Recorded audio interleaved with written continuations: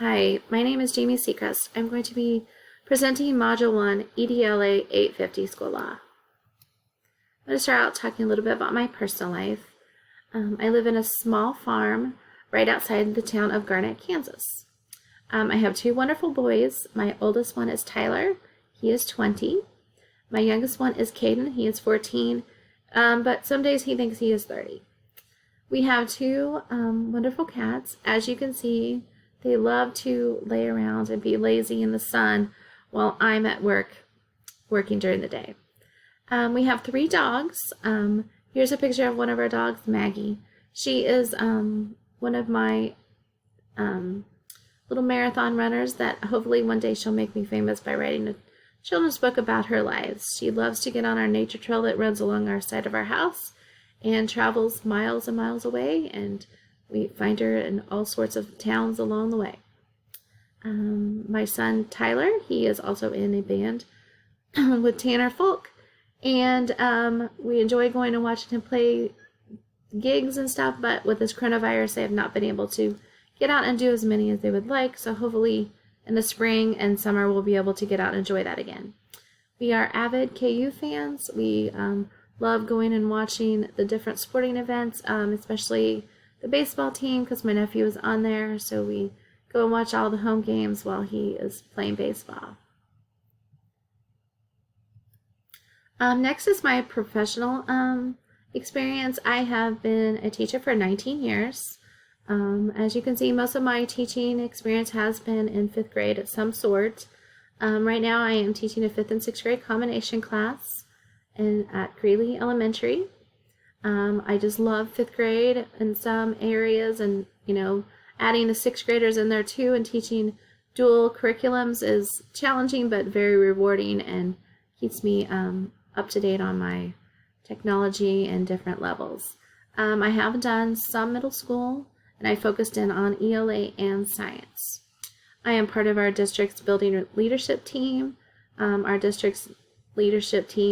textbook adoption committee, which is nice to be able to help out the district and learn and keep the ideas and technology and different things happening in our district and being part of that decision of what things we want happening in our district. I am also part of the mentor program in Greenbush. I am currently mentoring a 3rd grade teacher, which is very rewarding, and I love seeing her new ideas that she is bringing in and things that I can help her with. I was blessed to be nominated our district's Teacher of the Year in 2019, which is a wonderful program, and I've gotten to meet some amazing people and have made some long-lasting friendships and learned some great ideas along the way. So moving on to Module 1, we focused on the 3 levels of government that kind of help control the public education. We looked at the local level, the state level, and the federal level. The local level is most funding is coming from our, local tax dollars. The state government is basically slightly half of our funding for the schools come from the state at some sort. Either we get some money from lottery, casinos, different areas. The federal government, passes budgets every year, and you hear these huge numbers, and only 10% of the money comes from the federal level, which is kind of sad because, education is the most important thing that we need to be putting our money into to help build our country. I'm going to focus on the local part of the government for education first. Looking at our district, our superintendent is Don Blom. It is a paid position. He's kind of the one that kind of over daily operations of our school district. We also have our district school board, which is volunteered elected officials that serve on a term and then are voted in for the board. Some of the things that they are in charge of. I'm sorry about that. Their daily duties are curriculum materials, employment, dismissal of employees, deciding if our school calendar is correct, salary schedules, transportation, making sure all the kids are able to be picked up and delivered on time without having to ride the bus too long, upkeep of buildings, and just budget for each building on what the teachers can spend and further their education.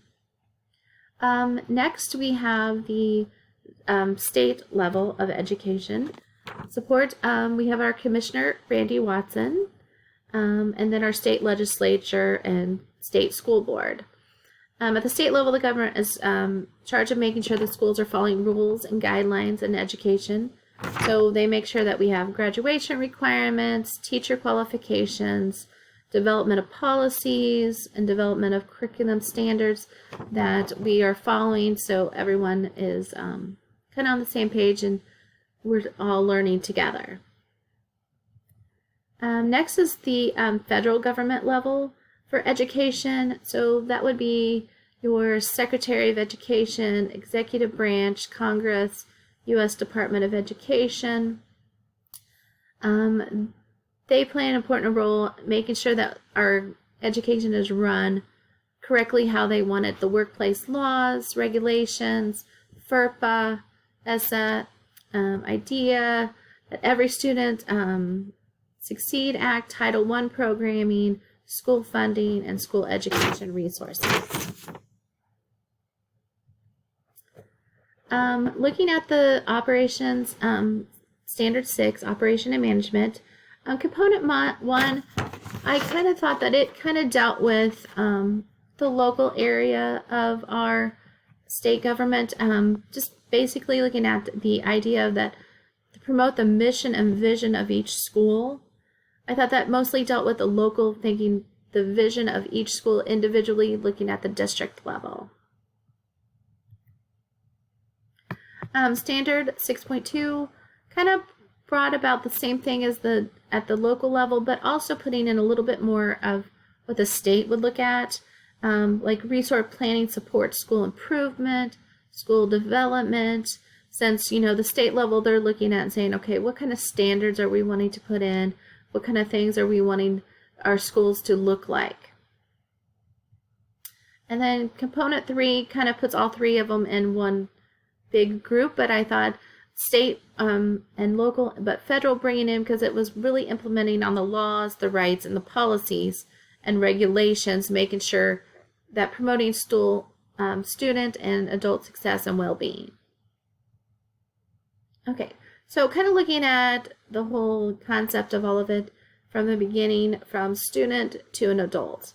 So at the local level, we're going to be providing needs, the social emotional learning, the modifications, the resources, direct contact. So when I'm looking at that, I'm thinking like your Head Starts, your parents as teachers, your preschools, on up to your elementaries, your secondary, and even local colleges, looking at making sure that we're meeting the needs of our students so they will become successful adults, or even adults looking at, are we meeting their needs and giving them the resources to make them successful.